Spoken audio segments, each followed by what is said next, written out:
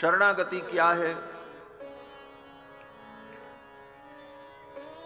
बोले भगवान के चरणों में आत्मसमर्पण। और ये शरणागति अंतिम उपाय है। कर्म, ज्ञान, भक्ति, इन सब की महिमा है, परंतु निरापद मार्ग अगर कोई है, जिस मार्ग में कोई आपत्ति नहीं है, तो निरापद मार्ग भगवान की शरणागति है। कर्म भी कल्याण का मार्ग है, निश्रेयस का मार्ग है, लेकिन कर्म में भी समस्या है। कर्म कितना कठिन है, कर्म मार्ग कितना कठिन है, सोच करके व्यक्ति को पसीना आ जाए। कर्म मार्ग का मतलब वेदों में, स्मृतियों में जिसके लिए जिन कर्मों का वर्णन किया गया, उन कर्मों को नित्य नैमित्तिक प्रायश्चित्त रूपी कर्मों को अनवरत निष्ठा पूर्वक वो करता रहे, नित्य नैमित्तिक प्रायश्चित्त कर्मों का संपादन करता रहे निष्काम भाव से, तो कर्म मार्ग के द्वारा जीव को निश्रेयस की प्राप्ति होती है। लेकिन कर्म मार्ग में तो पहले ये कि हमारा कर्म क्या है इसका ज्ञान प्राप्त करें। अपने अपने स्वकर्म के ज्ञान के लिए पहले परिश्रम करना पड़ेगा कि हमारा कर्म क्या है, इसका पहले निर्धारण हो। और कर्म का निर्धारण होने के बाद अब वो कर्म किए कैसे जाएंगे इसका ज्ञान हो, और फिर वो किए कैसे जाएंगे इसका ज्ञान होने के बाद तब उन कर्मों को करने में प्रवृत्ति हो, और उन कर्मों को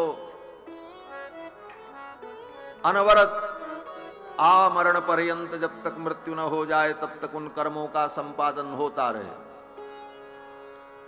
अब वो कर्म क्या है? बोले आचार विचार शौचाचार से लेकर के संध्या वंदन अग्निहोत्र पितृकर्म श्राद्धादि कर्म पक्षादि कर्म दर्श पूर्णमासादि धर्म, इन सब को करते करते पूरा जीवन बीत जाए। कहीं कोई कर्म छूट गया तो उसका फिर प्रायश्चित्त करो। इतना कठिन मार्ग कर्म मार्ग, और कहीं अगर चूक गए तो पतन भी होगा।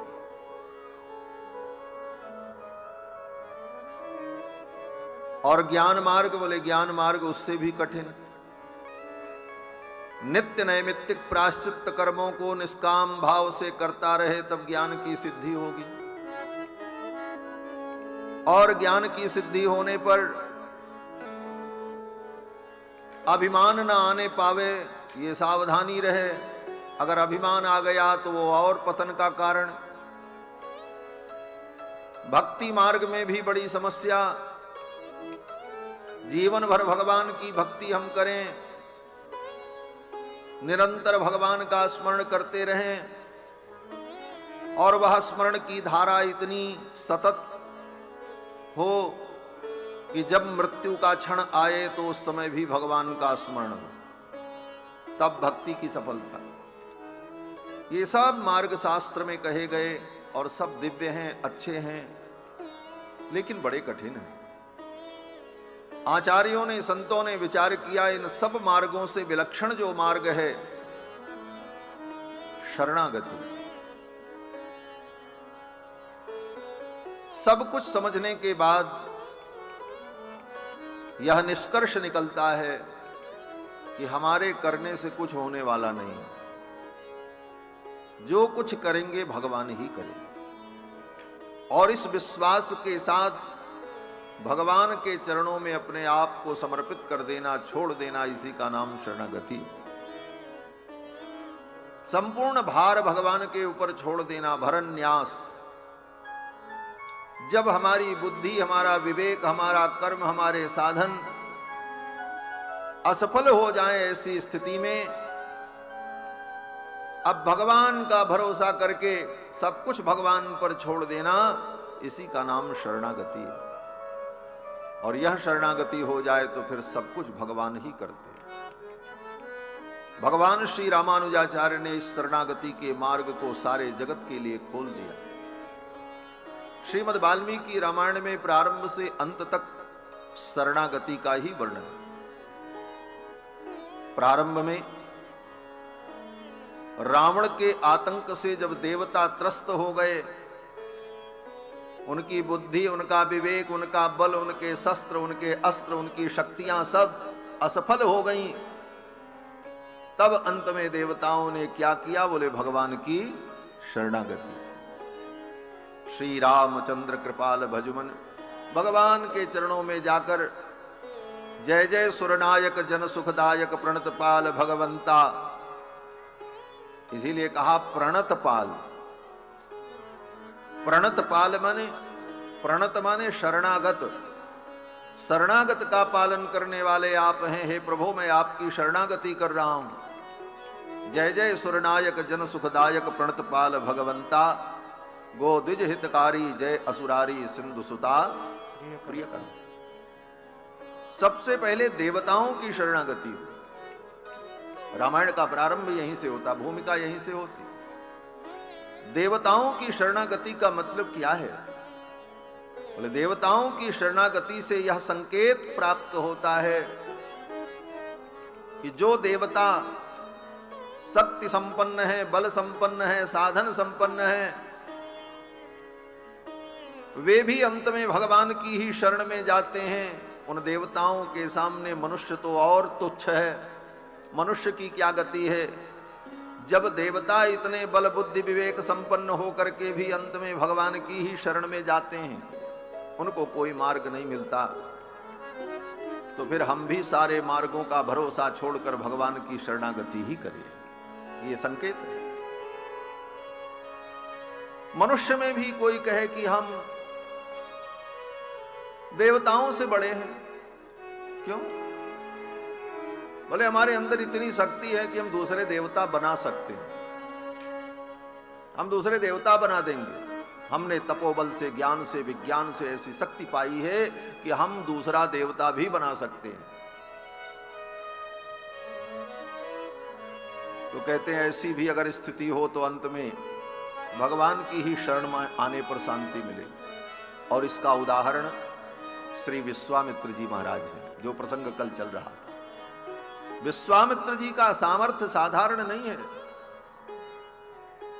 विश्वामित्र जी दूसरी सृष्टि बना सकते और बनाना प्रारंभ किया था। वो तो ब्रह्मादिक देवताओं के कहने पर उन्होंने रोक दिया। दूसरी सृष्टि बनाने का सामर्थ्य, और सृष्टि ही नहीं, दूसरे देवताओं को उत्पन्न करने का भी सामर्थ्य विश्वामित्र जी के। जब दूसरा स्वर्ग बनाने लगे विश्वामित्र जी त्रिशंकु के लिए, तो सब ने कहा दूसरा स्वर्ग तो बना दोगे, दूसरे देवता कहां मिलेंगे? तो विश्वामित्र जी ने कहा अन्यमिंद्रम करिष्यामि, मैं दूसरा इंद्र बनाऊंगा। हमारे इंद्र अलग होंगे, हमारा स्वर्ग भी अलग होगा, हमारी सृष्टि अलग होगी, सब कुछ करने का सामर्थ्य। लेकिन वे विश्वामित्र जी भी अंत में हार गए। और हारने के बाद क्या होता है? बोले हारे को हरि नाम। विश्वामित्र जी का भी सामर्थ्य असफल हो गया। और तब विश्वामित्र जी ने सोचा मुझे भी भगवान की शरण में चलना चाहिए, इस बहाने भी मैं भगवान की शरण में जाऊं। गोस्वामी तुलसीदास जी महाराज कहते हैं, एहू मिस देखो पद जाई, एहू मिस देखो पद जाई, कर बिनती आनो दो भाई, कर बिनती आनो दो भाई, कर बिनती आनो दो भाई, कर बिनती आनो दो भाई, एहू पद जाई, एहू मिस देखऊं पद जाई, एहू मिस देखऊं। विश्वामित्र जी ने विचार किया, इस बहाने भी मैं चल करके भगवान के चरणारविंद का दर्शन करूं। भगवान का दर्शन करूं ये नहीं कह रहे हैं, एहू मिस देखूं पद जाई। ये पद जाई का मतलब प्रपद्ये श्रीमन्नारायण चरणौ शरणम प्रपद्ये देखूं पद जाई। और करी विनती आनो दो भाई, विनती करके दोनों भाइयों को लिया। ये दोनों भाइयों को लाने का प्रयोजन क्या है?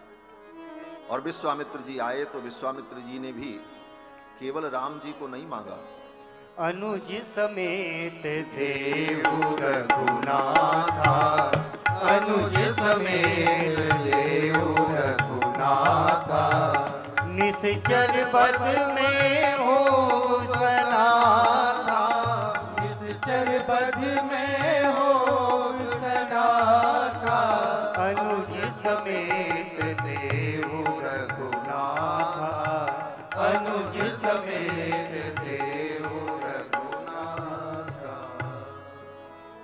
चले भी तो विश्वामित्र जी यही संकल्प करके चले कि करी विनती आनो दो भाई, और आकर के मांगा भी तो यही कहा कि अनुज समेत देहु रघुनाथा, और निश्चर बधमय हो बसना था। अनुज के सहित राम जी को हमें दे दीजिए।